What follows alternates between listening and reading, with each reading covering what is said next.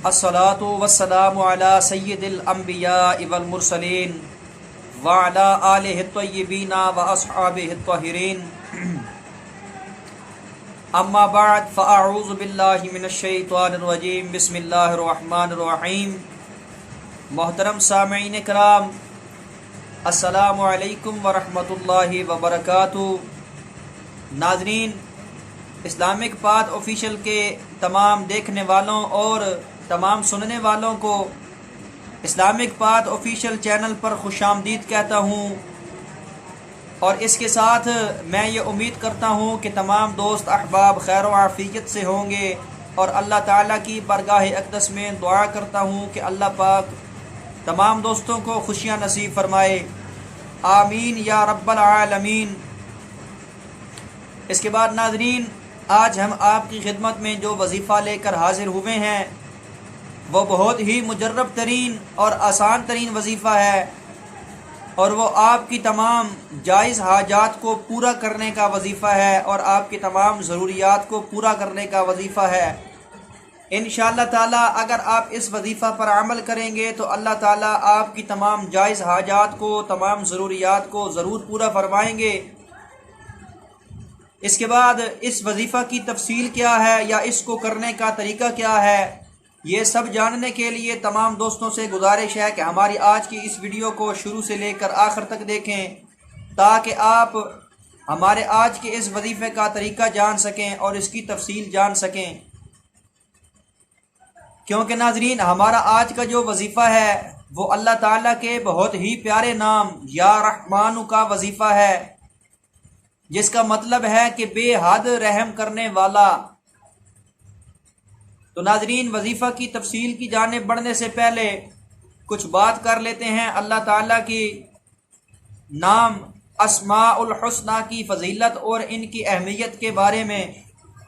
تو ناظرین، توحید اسماء اور صفات اللہ رب العزت کی توحید کی اقسام میں سے ایک قسم ہے، یعنی اللہ تعالیٰ کی ذات اور اس کی ربوبیت اور وحدانیت پر ایمان لانے کے ساتھ ساتھ اس بات پر بھی ایمان لایا جائے کہ اللہ تعالیٰ اپنے تمام صفات میں، اپنے تمام ناموں میں کامل اور اکمل ہیں، اور اللہ تعالیٰ کا ہر نام اور ہر صفت ہر قسم کے نقائص اور عیوب سے، عیبوں سے پاک ہے، اور کائنات میں اور پوری کائنات میں اس کے ناموں کی اور اس کی صفات کی کوئی مثل نہیں اور نہ ہی کوئی شریک ہے۔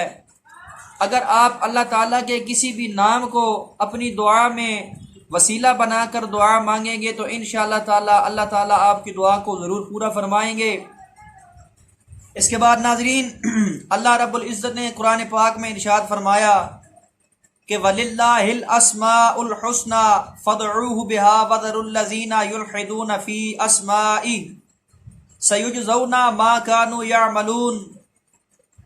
ترجمہ کنز الایمان کہ اور اچھے اچھے نام اللہ تعالیٰ ہی کے لیے ہیں، سو ان ناموں سے اللہ تعالیٰ کو موسوم کرو اور ایسے لوگوں سے تعلق بھی نہ رکھو جو کہ اللہ تعالیٰ کے ناموں میں گنج روی کرتے ہیں، ان لوگوں کو ان کے کیے کی سزا ضرور ملے گی۔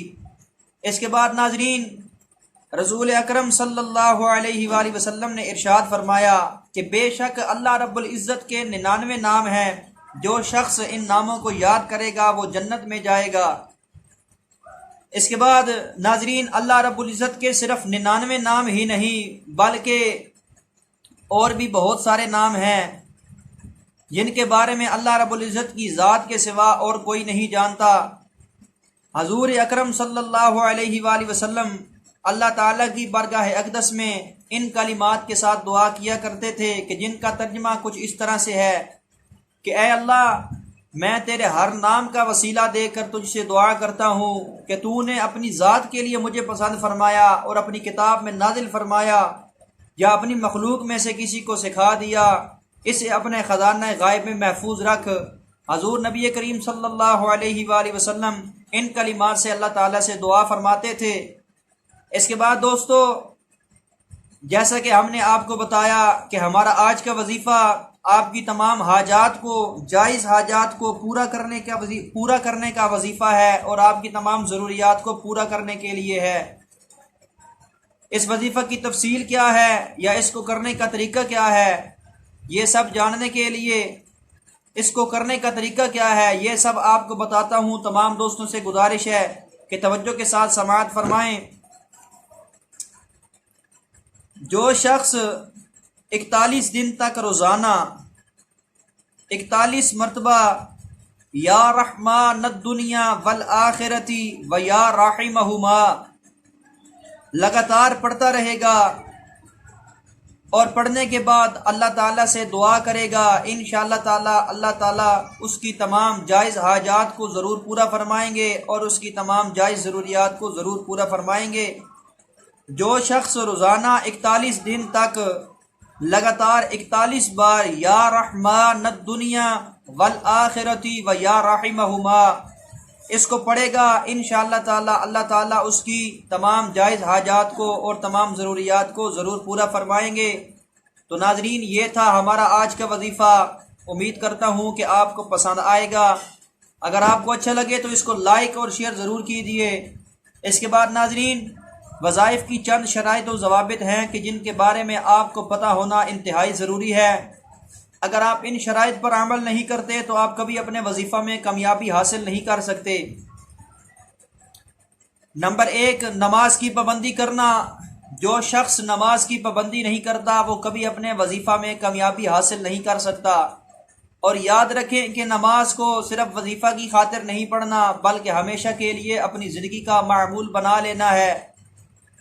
اس کے بعد رزق حلال کا اہتمام کرنا ہے، کیونکہ حرام رزق عمل کے اثر کو ضائع کر دیتا ہے، اور برے کاموں سے اجتناب کرنا ہے کیونکہ برے کاموں سے روحانیت کو نقصان پہنچتا ہے۔